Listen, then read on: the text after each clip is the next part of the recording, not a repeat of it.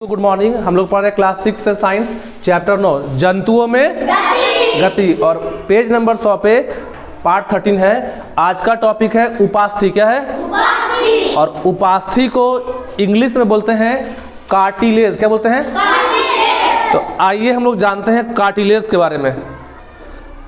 आप अपने कान को छू कर देखिए तथा नाक को हिला कर देखिए। हिल रहा नाक और कान को छुए और ये क्या आपका नाक है। आप क्या अनुभव कर रहे हैं? कुछ मुलायम मुलायम लग रहा है? Yes sir. आप क्या अनुभव करते हैं? कान का ऊपरी तथा निचला हिस्सा, जो कान का ये ऊपरी हिस्सा, इसे मुड़िए थोड़ा सा। ये कान का कौन हिस्सा? रुकिए रुकिए, कौन हिस्सा ये कान का? और ये कौन हिस्सा है? मुड़ जा रहा है।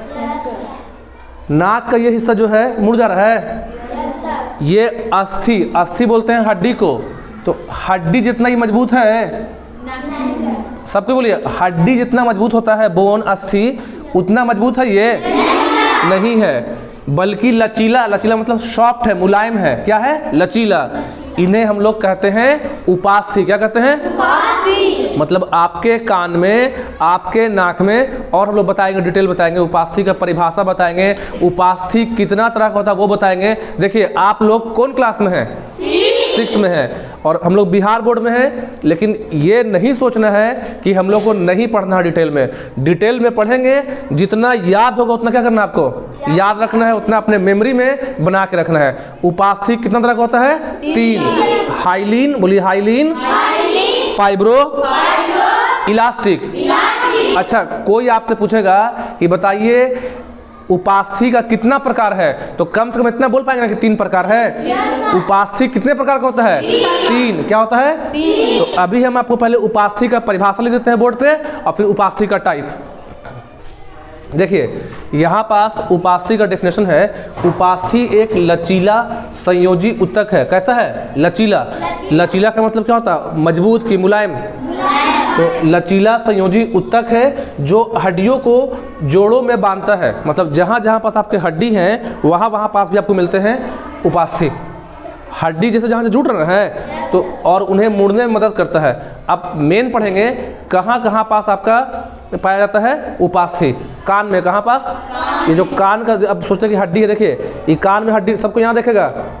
अभी यहाँ देखिए कान में ये मुड़ जा रहा है, तो यहाँ पास हड्डी की उपास्थि है और उसका इंग्लिश नाम क्या है?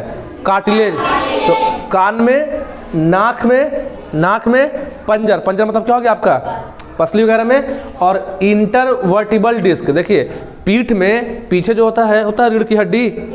तो पीठ में जो हड्डी है इसको मेरुदंड बोलते हैं, जिसका नाम है मेरुदंड या स्पाइन। तो पूरा मिला के कितना होता है?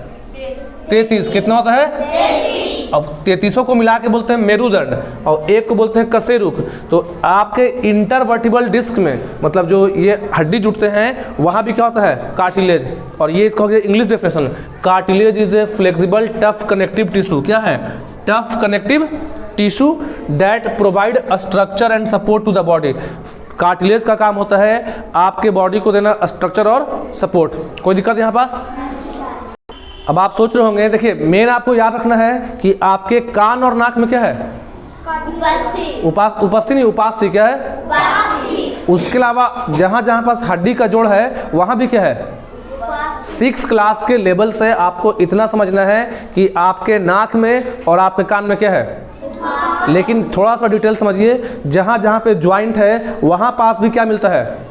उपास्थि। तो फिर ज्वाइंट में क्या काम करते हैं ये? तो इनका मेन काम है शरीर में शॉक को अवशोषित करना। शॉक मतलब चोट। अगर कभी चोट लग जाए तो उसको ऑब्जर्व करता है, उसको सहता है कौन?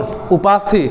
या हड्डियों के जोड़ों में चिकनाई लाकर घर्षण को कम करता है। जो बूढ़े आदमी होते हैं उनको ज़्यादा होता है तकलीफ हाथ पैर में, हड्डी में। अरे बात समझ में? तो आपके हड्डी में घर्षण को कम करना, फ्रिक्शन को कम करना है, तो उपास्थि का काम है चिकनाई लाना। साइकिल वगैरह चलाते हैं, साइकिल बाइक, तो उसका चैन चिकना रहे, साइकिल अच्छे से चले, उसमें तेल डालते हैं, ग्रीस डालते हैं, चारकोल पाउडर डालते हैं। साइकिल के चैन में या बाइक के चैन में ऑयल डालते हैं, उसको ग्रीसिंग करते हैं। क्या करने के लिए? ताकि उसमें फ्रिक्शन क्या हो जाए? कम रहे और साइकिल जो है आराम से चले। उसी तरह से हड्डी भी जो होता है उसमें चिकनाई चाहिए। जिस तरह से साइकिल के चैन को चिकनाई चाहिए, उसी तरह से आपके हड्डी को भी क्या चाहिए? आराम से मुड़ने के लिए। तो ये काम कौन करता है? उपास्थि। अब पढ़ेंगे हम लोग उपास्थि के प्रकार। देखिए अब हम लोग का है उपास्थि के प्रकार।